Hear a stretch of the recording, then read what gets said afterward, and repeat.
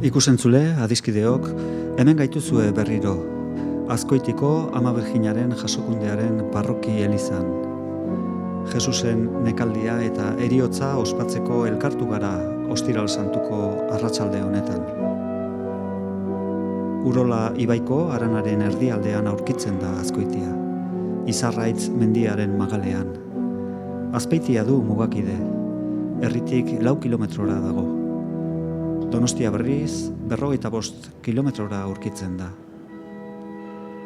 Azkoitiko hirigune historikoa 2005ko urtarrilaren 25ean Eusko Jaurlaritzak kultura ondasun izendatu zuen, monumentu multzo sailkapenarekin. Herrik askoan dauzkagu eraikuntza aipagarrienak. Intsausti jauregi barrokoa 18. mendearen erdialdera eraiki zen. Jauregi honetan bizi izan zen Peñafloridako kondea, Xabier Munibekoa. Azkoitiko hizketaldiak antolatu eta akademiari hasiera eman ziona. Euskal Herriaren, adiskideen elkartearen eta herri mailan Azkoitiko zalduntxoak izenaz ezaguna denaren sortzailea izan zen. Euskal Herrian ilustrazioari hasiera emanaz. Intsausti jauregi honetan ere Euskal Herriko lehen laborategi esperimentala kokatzen zen. Hemen, Elujar anaiek wolframioa aurkitu zuten. Eraikina Euskal Herriaren adiskideen elkartearen egoitza da. Bulegoak, batzargelak, ekitaldi aretoa eta memoria historikoaren gelak daude barruan. Horrez gain, Xabier Munibe Institutuaren egoitza da, eta Urola Erdiaren bultzatze eta garapenerako elkartearen bulegoak daude. Floreaga dorretxea Azkoitiko alde zaharraren alboan dago. 1974an Gipuzkoako kultura ondasuna izendatua izan zen. Mudejar estiloan eraikia da, 16. mendearen hasieran.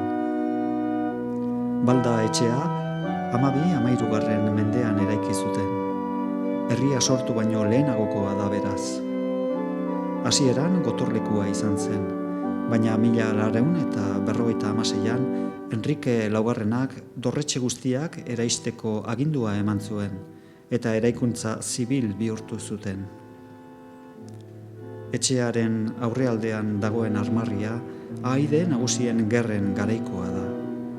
Hemen jaio zen Loiolako San Ignazioren ama. Hori dela eta zenbait urte geroako San Ignazioren ohorezko kapera eraiki zuten bertan. Isasaga etxea herrigunetik atera eta Zumarragara doan errepidean dago. Urola ibaia zeharkatzen duen zubi bat igarota. 16. mendean eraiki zen. Gipuzkoako kultura ondasuna izendatua izan zen 1964an. Udaletxea, herriko plaza nagusian kokatuta, 1730 urtean hasi ziren eraikitzen. Aurrealdean armarria dauka, eta arkupetan kontzejupe frontoia. Bestelako eraikuntza garrantzitsuak ere badira inguruan. Leturiondo etxea esaterako. Kale nagusian aurkitzen diren Olano etxea, 15. mendekoa, Txurruka etxea edo Rekalde izenekoa. Azkoitiko astesantua lasaitasunez gozatzeko eta hausnarketa egiteko unea da, baina aldi berean herriko tradizio aberatsa ikusteko aukera ezin hobea ere bai, prozesioetan egiten diren errituen bidez. 16. mendetik antzesten zen Ostiral Santu egunez gurutzetik jeistea, eta ekitaldi xume horretatik sortu zen prozesioen ohitura sendoa.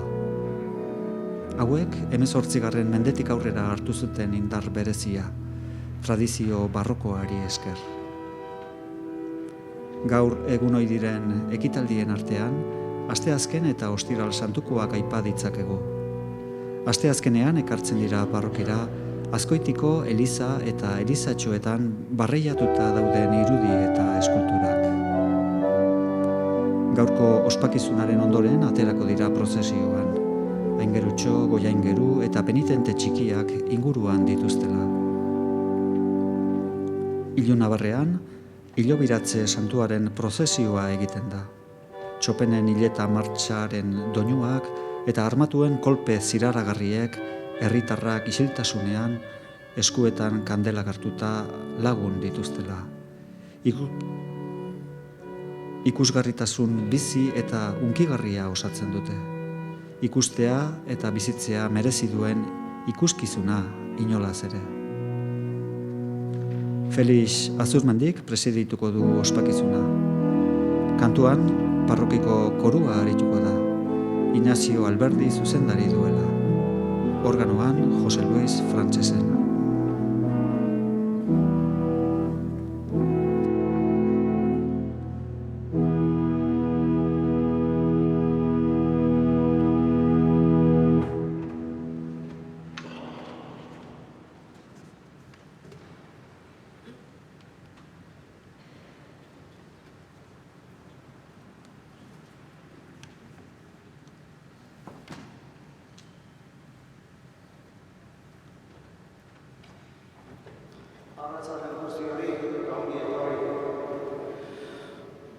Ostiral Santu arratsaldean otoitzean bilduta gaude.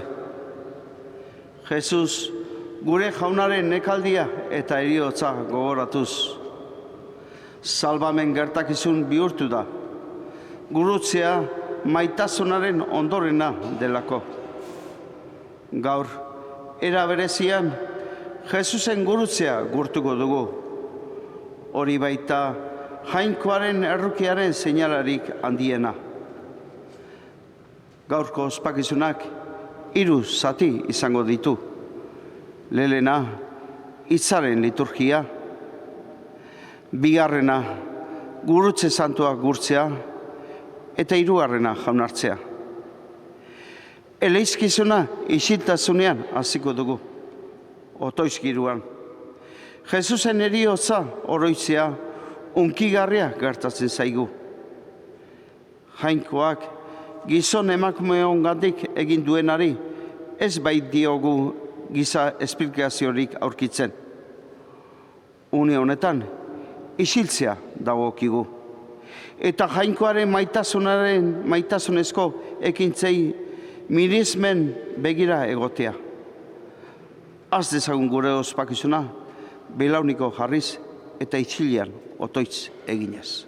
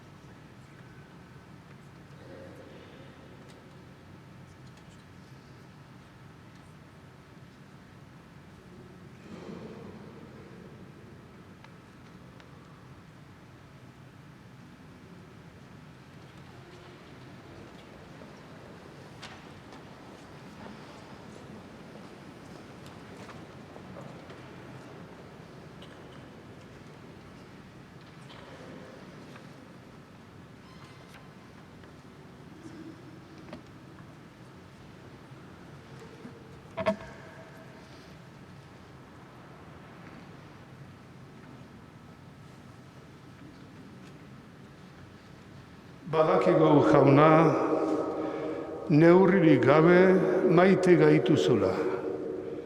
Zure semea gizon emakume guztien salbamenerako eman bai zenuen. Erakus ezaiguzu gaur zure maitasuna. Zurekiko leial izateagatik, gurutzeko heriotzera dijoan Kristori jarraitu nahi diogu. Ura eutsi zenuen bezala, bizitzako zailtasunetan ekeetan, gu ere eutsi gaitzazu. Eta Pasko misterio honen bidez, santu egin gaitzazu. Jesu Kristo gure jaunaren bitartez, amen. Eseri. Jaunaren hitzak toki berezia izango du gaurko elizkizunean. Jainkoaren zerbitzariaz mintzo zaigu lehenengo irakurgaia. Zerbitzari hori Jesus dela sinisten eta aitortzen dugu Kristogu. Entzun dezagun. Isaias profetaren liburutik. Ara nere zerbitzaria aurrera aterako da. Haundia egingo da eta goratua izango. Asko hartaz ikaraturik gelditu baiziren ere, harataino baizuen giza itxura galdu eta gizona zenik ere ez baizuen iduri. Gero harriturik geldituko dira herri asko, eta erregeak haren aurrean itzi gabe geldituko dira. Egundaino esan zen ikustean, eta entzun ez zena begiratzean. Nor sinistu du guk esandakoa? Nori agertu zaio jaunaren besoa? Kimua bezala ari zen haren aurrean, zuztarra lur lehorrean bezala. Ederrik eta giza antzi gabe ikusi genuen, eta itxura atseginik gabe. Parregarri eta gizonetan azkeneko, oinaze gizon egina, nekeen berri dakiena, ez ikusi eginik zaienetakoa, gaitzetzia eta baztertua. Gure nekeak hartu zituen arek eta gure minak eraman. Lepradun bezala geneukan, jangoikoak joa eta lotzarazia. Gure pekatuengandik aldeenik alde zulatua, gure gaiztakeriengatik txikitua. Haren gainera erori zen, guri pakea ematen digun zigorra. Haren zauriek sendatu gaituzte. Gu denok ardi galdua ginen bakoitza bere bidetik, eta jaunak haren gainean ezarri zituen gu guztion txarkeriak. Gaizki zerabilkiten, baina bera makurtu egin zen, eta ez zuen ahorik ireki. Aratikira daramaten arkumea bezala, hile mostaileen aurrean ardia bezala, isilik egon zen, ahorik ireki gabe. Zuzen gabeko zauritan galdu zuten, nork hartu zuen aintzakotzat haren etorkizuna? Bizidunen lurretik kendu egin zuten, nere herriaren pekatuengatik hil zuten. Gaizkileen artean lur eman zioten, eta pekatariekin haren hilobia. Naiz eta berak bidegabekeriarik ez egin, eta haren ahotik gezurrik ez jalki. Jaunak nekeetan lehertu nahi izan zuen. Bere bizia ordain ematen badu, izango du ondorengo ugari. Luzatuko zaizkio egunak, beteko da jaunaren nahia haren bitartez. Bere oinazeetan sari, ikusiko du argia eta azeko da. Jasanduenaren bidez, nere zerbitzariak zuzentasuna emango dio askori, haien utzegiteak bere gain hartuz.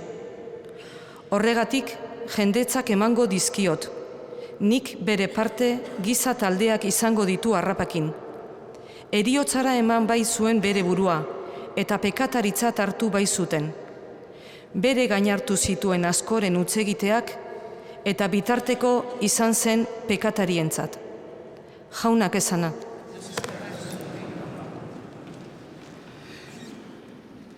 Erasopean aurkitzen den zintzuaren otoitza dugu orain abestuko dugun salmoa.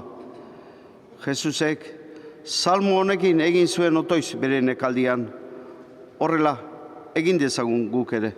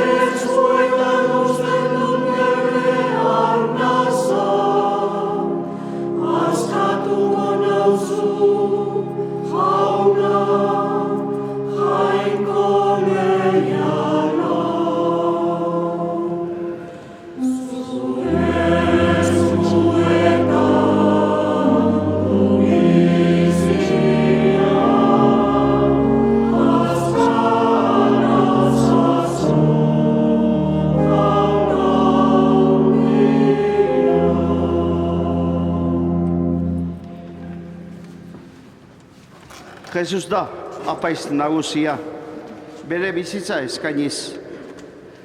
Haren esaneko direnentzat betiko salbamen iturri egin dena.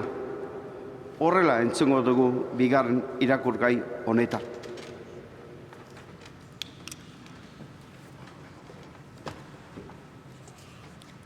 Ebertarrei egindako epistolatik. Zenideok, Jesus jangoikoaren semea dugu, zeruatan sartu zen apaiz nagusi handia. Eutsi dezaiogun beraz sinismen aitormenari. Gure apaiz nagusia ez bai da gure auleria zerruki ez daiteke norbait. Baizik gure antzera gauza guztietan aztertua, baina pekatutik garbi. Goazen beraz uste osoz graziaren aulkira. Errukia iritsi eta behar orduko laguntza emango digun mesedea aurki dezagun. Kristok haragizko bere bizitzaldian eriotzatik gorde dezakeenari, deadarra hundiz eta negarrez, otoitzak eta eskariak egin zizkion, eta bere begiruneagatik entzun egin zitzaion. Eta semea izanik ere, bere neke artean ikasi zuen esaneko izaten, eta bere betera iritsirik, haren esaneko direnentzat betiko salbamen iturri egin zen. Jaunak esana. Eleizkizun honetako une nagusira iritsi gara. Nekaldiko evangelio hotz egingo dugu. Kristo, atzo, gaur eta beti. Kristoren ekaldiak gaur ere badu salbatzeko ahalmena. Entzun dezagun beraz. Aurrez abez dezagun zutik, Jesu Kristo guri mintza, argi gure bihotza.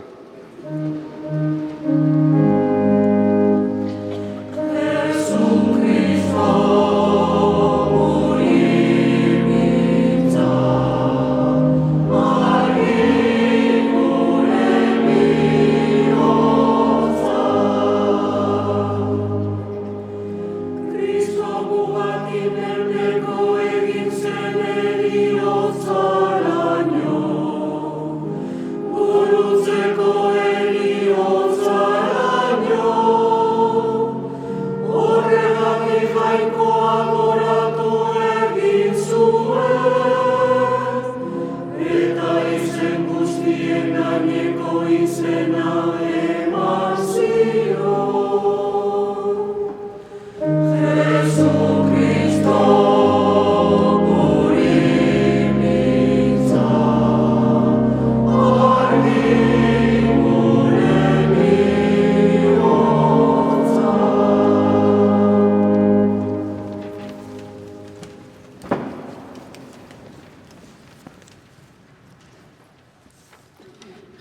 Kristoren ekaldia San Juanen liburutik. Aldi hartan Jesus Zedrongo errekaz beste aldera atera zen bere ikasleekin. Bazenan baratze bat eta hantxe sartu ziren. Judas saltzaileak ere ezagutu zuen leku hura, maiz joaten baitzen ara Jesus bere ikasleekin. Judas orduan apaiz nagusien eta farisearren morroi talde bat eta zaintzaile batzuk harturik han sartu zen, argiontzi, zuzi eta armekin. Jesusek ondo baitzekien zer zetorkion gainera. Bidera atera eta honela esan zien. Noren bila zatozte? Eta haiek, Nazareteko Jesusen bila. eta Jesusek haiei. Ni naiz. Han zetorren haiekin batera Judas saltzailea ere. Ni naiz esan zienean, atzeraka lurrera orori ziren. Jesusek galdetu zien berriz ere. Noren bila zatozte?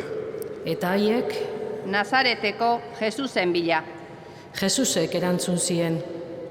Esan dizuet, ni naizela. Nire bila bazatozte, utzi ezaiezue hauei joaten. Horrela bete zen berak esandakoa. Zuk nire ardurapean utzi zenizkidanetatik ez dut inor galdu. Orduan Simon Pedrok zeramakien ezpata atera eta apaiz nagusiaren morroia jo zuen eta eskuineko belarria moztu zion. Morroi honek Malko zuen izena. Jesusek orduan honela esan zion Pedrori. Sar ezazu ezpata bere zorroan. Ez aldut bada edan behar, aitak eman didan kaliza. Gudari taldeak, haien agintariek eta judutarren morroiek hartu zuten Jesus, eta loturik Anazenera eraman zuten lehenengo. Anaz hori Kaifasen aitagiarra baitzen, eta Kaifas bera urte hartako apaiz nagusia zen. Eta Kaifasen gainera judutarrei harako konseju hura eman ziena, hobeda gizon bakarra hiltzea herriarengatik. Simon Pedro eta beste ikasle bat Jesusen atzetik zihoazen. Beste ikasle hori apaiz nagusiaren ezaguna zen, eta Jesusekin batean apaiz nagusiaren jauregian sartu zen. Pedro berriz atarian gelditu zen. Atera zen beste ikasle hori, apaiz nagusiaren ezaguna alegia, neskame atezainari hitz egin zion, eta Pedro barrura sarrerazi zuen. Neskame atezainak orduan esan zion Pedrori. Zu ere, ez ote zara gero gizon horren ikasle? Eta Pedrok, Ni ez. morroiak eta zerbitzaria sua piztu eta berotzen zeuden, hotz baitzen. Pedro eta hantxe zegoen besteekin batean zutik berotzen. Apaiz nagusiak bere ikasleen eta bere erakutsien galdera egin zion Jesusi, eta Jesusek erantzun. Nik mundu guztiaren aurrean hitz egin dut. Sinagogan eta jauretxean, judutar guztiak biltzen diren lekuan erakutsi dut nik beti. Eta ezkutuka ez dut ezer esan. Zergatik galdetzen didazu neri? Galdei ezaiezu nire entzulei, zer esan diedan? Berek dakite nik esandakoa. Hori esan bezain laster, han zegoen morroi batek masaileko bat eman zion esanez. Horrela erantzuten aldiozu apaiz nagusiari? Eta Jesusek, Gaizki hitz egin badut, saidazu zertan. Baina ongi hitz egin badut, zergatik jotzen nauzu. orduan Anasek Kaifas apaiz nagusiaren gana bidali zuen lotuta. Han zegoen zutik Simon Pedro berotzen eta esan zioten. Zu ere, ez alzara horren ikasleetakoa? Pedrok ukatu egin zuen esanez. Ez, ni ez. Apaiz nagusiaren zerbitzari batek, Pedrok belarria moztu zionaren aide batek esan zion. Ez ote zaitut bada, neronek ikusi berarekin baratzean? Pedrok berriz ere ukatu egin zuen eta berehala jo zuen oilarrak. Kaifasen etxetik auzitegira eraman zuten Jesus. Eguna argitzen hasi zuen, eta haiek ez ziren auzitegian sartu, beren buruak ez kutsatzeagatik. Paskua afaria egina ahal izan zezaten. Atera zen Pilato haiek zeuden lekuraino eta esan zien. Zer salakuntza dakartzue gizon honentzat? Eta haiek, Gaizkile ez balitz, ez genizuke ekarriko. eta Pilatok, Eramazue zeurokin eta epaitu zeuron legez. judutarrek orduan, Guk ez dugu inoriltzeko eskubiderik. horrela bete zen Jesusek aldez aurretik esandakoa, nolako heriotzaz hilko zen alegia. Sartu zen berriz Pilato auzitegira, deitu zion Jesusi eta esan zion. Zu judutarren errege alzara? Jesusek erantzun, Zeure buruz galdetzen aldidazu hori, ala besteren batek esan dizu niretzat. Pilatok, Judutarra ote naiz badani? Zure herritarrek eta apaiz nagusiek ekarri zaituzten igana. Zer egin duzu? Jesusek orduan, Nere erregetza ez da mundu ontakoa. Mundu ontakoa balitz nere erregetza. Nere zaintzaileek gogor egingo lukete, ni judutarren esku geldi ez nendin. Nere erregetza ordea, ez da hemengoa. Pilatok, Errege zara beraz? Jesusek erantzun zion, Zer horrek diozu, errege naiz. Hortarako jaio naiz, eta hortarako etorria mundura. Egiari aitormen egiteko. Egiaren adenak entzuten du nere hitza. Pilatok orduan. Zer da egia? Hori esan da, berriz ere judutarrengana atera eta esan zien. Nik ez diot errurik aurkitzen gizon honi. Baina ohitura da zuen artean, Paskoan gaizkile bat askatzea. Nahi alduzue judutarren erregea askatzea? Haie berriz deiadarka, Ez hori, Barrabas baizik. Barrabas hau lapurra zen. Pilatok orduan Jesus hartu eta zigorkatzeko agindu zuen. Eta gudariek arantzazko koroioa egin eta buruan ezarri zioten.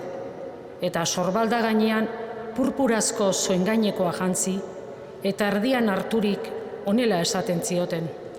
Agur, judutarren errege.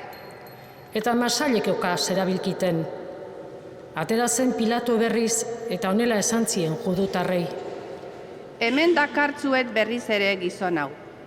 Jakin dezazuen, ez dio dala errurik aurkitzen. Atera zen bada Jesus, buruan arantzazko koroia eta sorbaldan purpurazko soingainekoa zuela. Eta Pilatok esan zien, Hemen duzue gizona. apaiz nagusiak eta gudamutilak ura ikustean, deiadarka hasi ziren. Josi hori, josi gurutzean. Pilatok ordea, Arrezazue eta josi zeuro gurutzean. Nik ez diot errurik aurkitzen. judutarrek orduan, Guk badugu legea. Eta gure legez, heriotza merezi du. Jangoikoaren seme, egin bai du bere burua. Pilato hitz horiek entzutean gehiago beldurtu zen, eta berriz ere auzitegira sarturik honela mintzatu zitzaion Jesusi. Nongoa zarazu? Baina Jesusek ez zion erantzun, Pilatok orduan. Ez aldidazu ezer erantzun nahi? Ez aldakizu badudalanik eskubide zu askatzeko eta eskubide zu gurutzean josteko? Jesusek orduan, Ez zenuke nire gain horrelako eskubiderik izango, goitik emanez balitzaizu. Horregatik, ni zure esku utzi nauenak, errua handiago du. Handik aurrera, Jesus askatu nahian zebilen Pilato, baina judutarrak deiadarka hasi zitzaizkion. Hau askatzen baduzu, ez zara Zesarren adizkide. Bere burua errege egiten duena, Zesarren aurka dago. Pilato hitzoiek entzutean, atera zuen Jesus berriz, eta auzi aulkian eseri erazi zuen. Harri solairu deitzen zioten lekuan, erberreraz berriz Gabata. Paskoaren prestaera eguna zen, eguerdi inguru, eta Pilatok honela esan zien judutarrei. Horra zuen erregea. Haiek deiadarka erantzun zioten. Ken hori ken, josi gurutzean. Eta Pilatok, Zuen erregea gurutzean josi behar aldut, apaiz nagusiek orduan, guk ez dugu Zesar beste erregerik. orduan haien esku utzi zuen Jesus gurutzean josi zezaten. Hartu zuten Jesus eta hura gurutzean zorbaldan zeramala, buru ezurtegi erberreraz berriz Golgota izeneko lekura atera zen. Han josi zuten gurutzean eta harekin batean beste bi, bata alde batetik eta bestea bestetik, eta erdian Jesus. Gurutze buruan idazkun bat ipintzeko agindu zuen Pilatok. Honela zioen idazkiak. Jesus Nazaretarra, judutarren erregea. Judutar askok irakurri zuen idazkuna, hiritik hurbil baitzegoen Jesus gurutzean jositako lekua, eta idazkuna 3 hizkuntzatan idatzi baitzuten, eberreraz, latinez eta grekoz. Judutarren apaiz nagusiek orduan honela esan zioten Pilatori. Ez ipini judutarren erregea. Baizik honek esan du, judutarren erregea naiz. Baina Pilatok, Idatzi dut eta idatziri dago. gudariek Jesus gurutzean josi zutenean, haren jantziak hartu eta 4 zati egin zituzten, gudari bakoitzarentzat zati bana.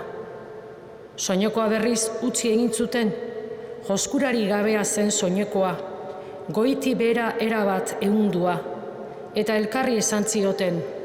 Ez dezagun zatitu, baizik txotx egin dezagun, zeini ateratzen zaion. Horrela bete zen liburu santuak diotena. Nere jantziak berentzat banatu zituzten, eta nere soinekoa txotx egin zuten. Hori egin zuten gudariek. Jesusen gurutzearen oinean zeuden bere ama, amaren aizpa Kleofase Maria eta Maria Magdalena. Jesuse bere ama ikustean eta han bertan berak hain maite zuen ikaslea, honela esan zion amari. Andrea, horra hor zure semea. Eta gero ikasleari, Horra hor zure ama. eta orduzkeo ikasleak bere etxean jaso zuen Maria. Gero Jesusek dena bete zela ezaguturik, liburu santua bete zedin, honela esan zuen. Egarri naiz. Bazenan ospinez betetako pitxar bat, eta ospinetan bustitako belaki bat, kainabera muturrean loturik, Espainetara eman zioten. Ospina hartu ondoren, honela esan zuen Jesusek. Bete da dena. Eta burua makurturik, azken arnasa eman zuen.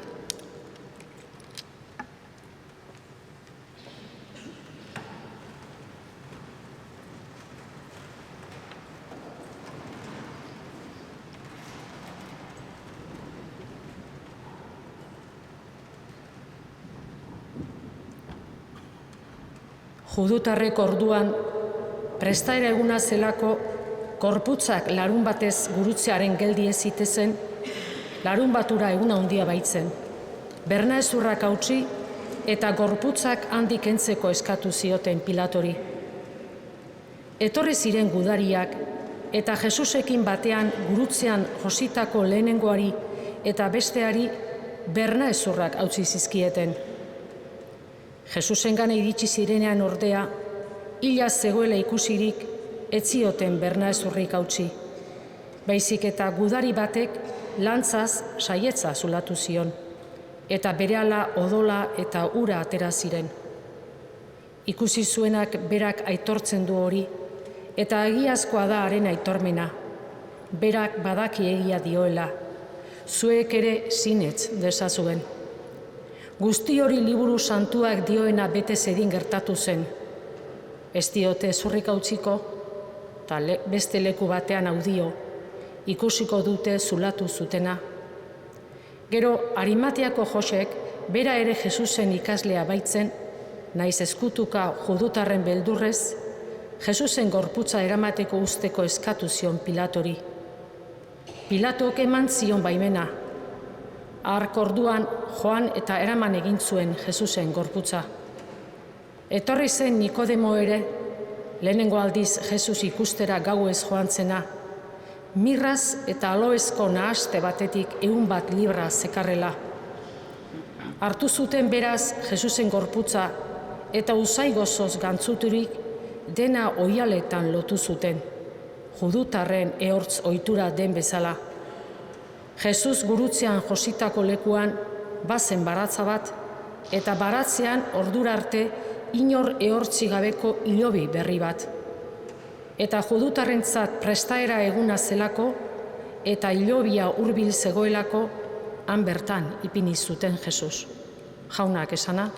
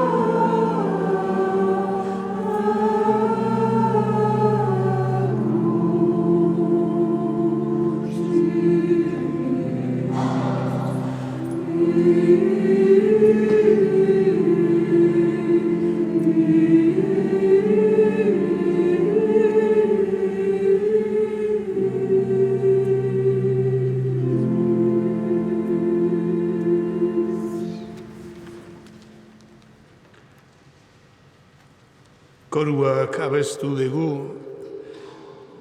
Jesu Kristo eraila izan zen guregatik, heriotzaraino Jainko Aitaren esaneko egin zen, eta gurutzeko heriotzaraino esaneko. Ikusiko dute, zulatu zutena entzun dugu. Eta ostiral santuak Jesusen ekaldi eta heriotzari begira jartzen gaitu, gurutzeari begira. Egia da, bere piztueraren argitan begiratzen diogu, baina gurutzeari begira jartzen gaitu ostiral santuak. Ezin da saiestu gurutzea, ez da. Jesus gurutzean beti gertatzen da unkigarri, beti harrigarri, sentimentu eta gogo eta ugari sortzen dizkigu gure barruan. Baina batez ere Jesusen gurutzeari begiratzea indar ematen digu, bizitzaren eta heriotzaren aurrean, gure nekeetan eta ezinetan eusten gaitu. Gehiago ezin degula sentitzen degunean, orduan hain justu behar dugu jaso gure bihotza Jesusen gana. Hau oso ondo ulertu daiteke etxeetan aurtengo urtean ere heriotz bat bizi izan dezutenak, edo gehiago ezin dezuela, ezin degula, sentitzen degunean, eta bizitza gogorregia egiten zaigula, iruditzen zaigunean, orduan hain justu begiratu gurutzeari, maitatu Jesusen gurutzea, heldu Jesusen gurutzeari, eta segi aurrera. Eta esango nuke, lagundu gurutziltzatuari besteen gurutzeak ere eramaten. Hau barneratu bezagula bagaur, ostira santu hontan. Eta zutik jarririk otoitz egingo dugu.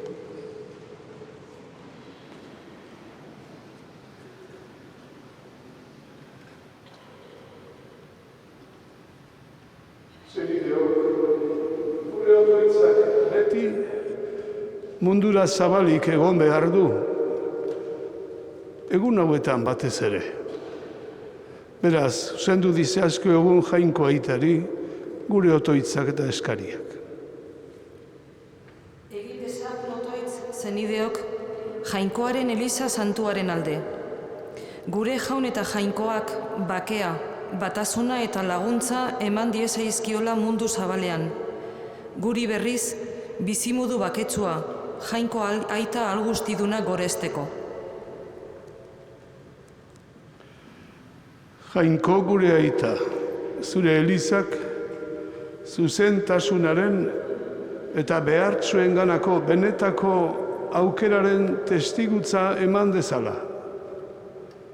Erreinuaren benetako baloreak zaintzen dituen neurrian bakarrik izango dela, salbamenaren sakramentu uler dezala. Bene-benetan bere maisua jarraituz, zerbitzuaren aukera egin dezala, laguntzen ez duen Eliza, ez dela ezertarako laguntza jabetu dadin. Jesu Kristo, gure jaunaren bitartez, amen. Zenideok, egin dezagun otoitz elizkide guztien alde. Erasotuak diren fededun guztien alde. Aita santua eta bataioa hartzeko prestatzen ari diren katekumenoak barne direlarik.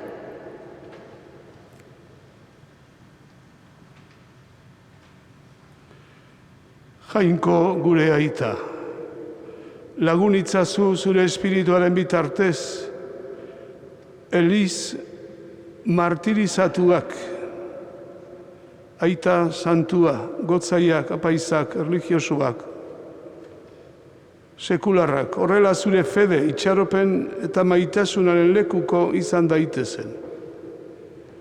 Espirituak Vatikano bigarrenaren bidez eliztar guztiak berri ditzala. Bataioa hartu behar dutenak elkarte den elizan sar daitezela. Jesu Kristo, gure jaunaren bitartez, amen. Egin dezagun otoitz kristau guztien batasunaren alde. Munduak ikus dezala, aita eta Kristo bat diren bezala gu ere bat gerala.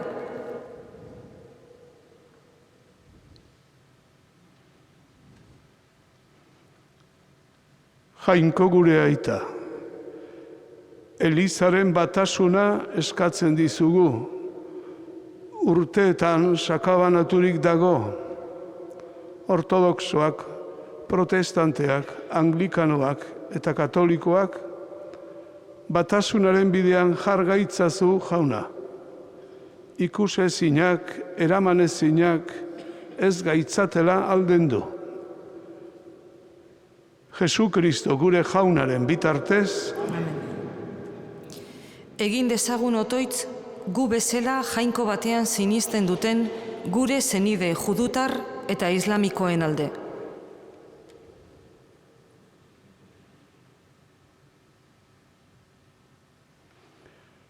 Jainko gure aita, judutar eta islamikoen alde egiten dizugu otoitz.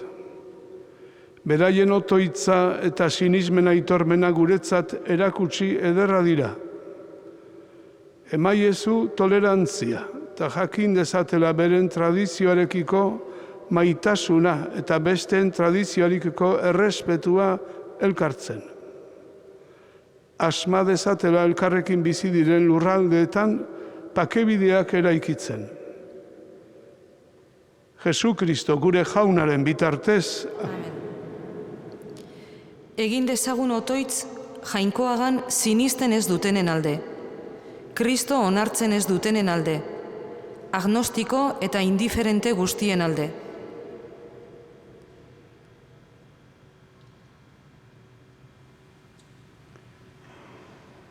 Jainko gure aita, zu bazerala sinisten ez dutenak, Jesu Kristoren jainkotasuna onartzen ez dutenak, giza bizitzaren azpian zure aztarnik nabalitzen ez dutenak, gogoan izan itzazu.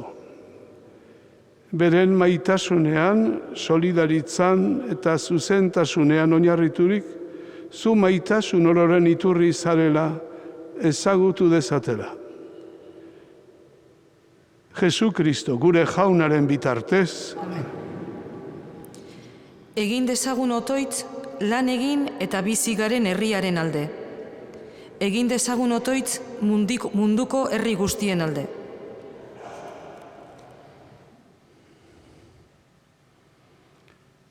Jainko gure aita, zuk bizileku bat, herri bat eraiki beharrean eta elkartean bizitzeko gizon emakumeak eman dizkiguzu.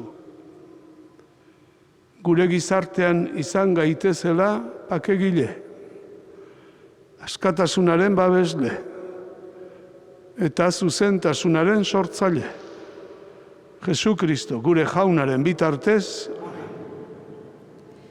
Egin dezagun otoitz gaixoen, behartzuen, baztertuen eta atzekabetu guztien alde.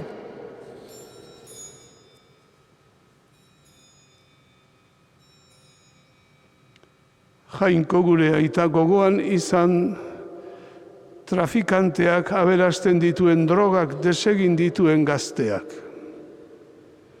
Gogoan izan herri aberatzen solidaritza ezagatik gozez akatzen ari diren herri behartsuak. Gogoan izan espetxean daudenak. Gogoan izan hainbat bazterretan desagerturik daudenak.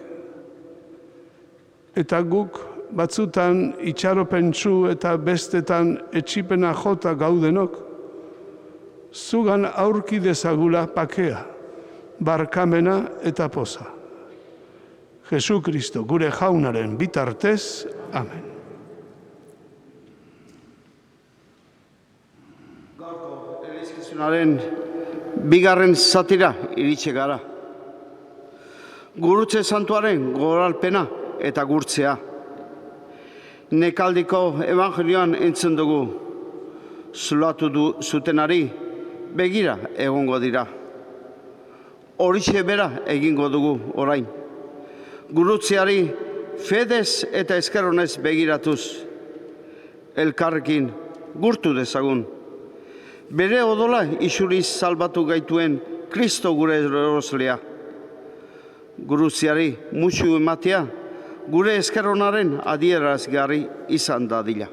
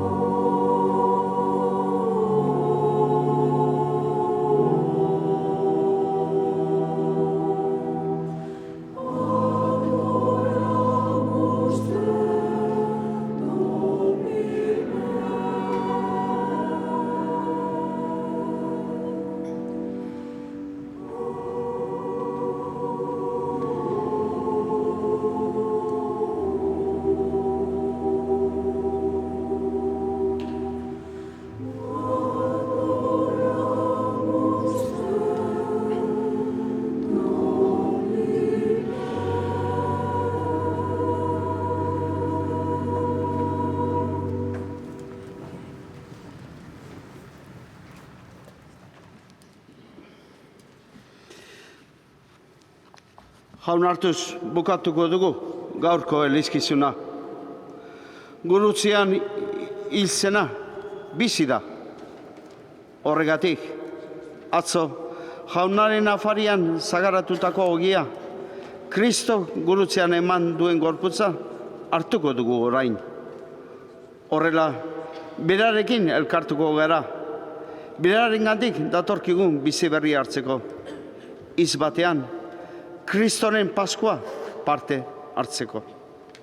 Zutik mesedez.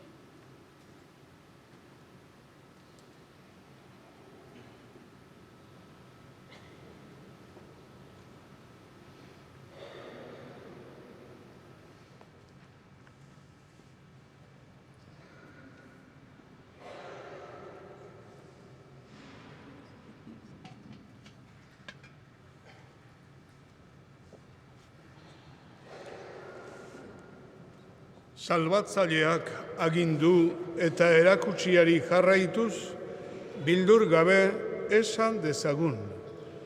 Gure aita, zeruetan zerala, santu izan bediz zure izena, etor bediz zure reinoa, egin bediz zure naia, zeruak bezala gurean ere. Emaituzu gaur egunontako ogia, markatu gure zorrak, guk ere gure zorrunai markatzen diegun ezkero. Eta ez duten taldira eraman, baina atera gaitzazu gaitzetik. Atera gaitzazu jauna gaitz guztietatik. Emaiguzu pakea gure egunotan, zure errukiari esker pekatutik garbi bizi gaitezen, eta estualdietan sendo. Betiko zorionaren itxaropenean, Jesu Kristo gure salbatzailea noiz etorriko den zai gaudela.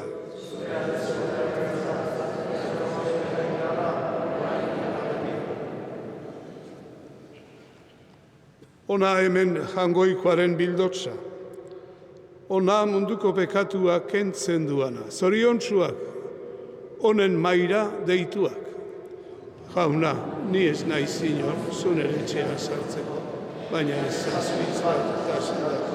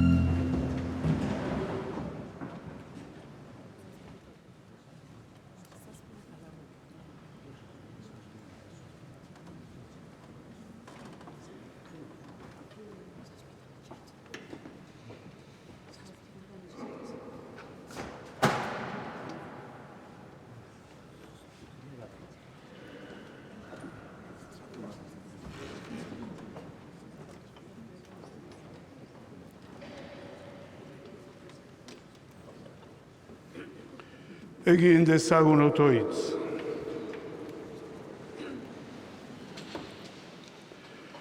Jainko aita errukitsua. Zure seme Jesu Kristoren eriotzaz eta piztueraz berritu gaituzu. Zaindu ezazu gugan zure errukiaren lana, misterio honetan parte harturik, beti zure zerbitzari izan gaitezen. Jesu Kristo gure jaunaren bitartez.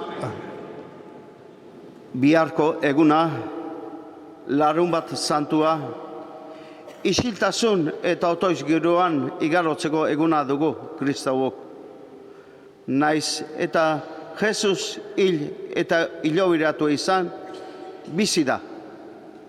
Horixe dugu, pozez eta itxaropenez betetzen gaituen egia.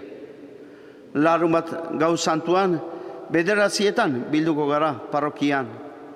Kristoren piztuera ospatzeko, gure bataioko aginduak berritzeko, eta fede aitormen berri eta berezia egiteko.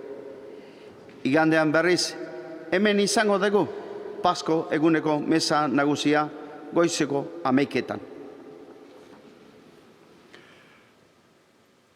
Jauna, zure semearen eriotza ospatu dugu, eta beraren piztuera santuaren zai gaude. Bidal ezaiguzu zure bedeinkapen ugaria. Etor bekigu zure barkamena. Emaiguzu zure poza, sendotu gure sinismena, eta eramen gaitzazu betiko salbamenera. Jesu Kristo gure jaunaren bitartez. Amen.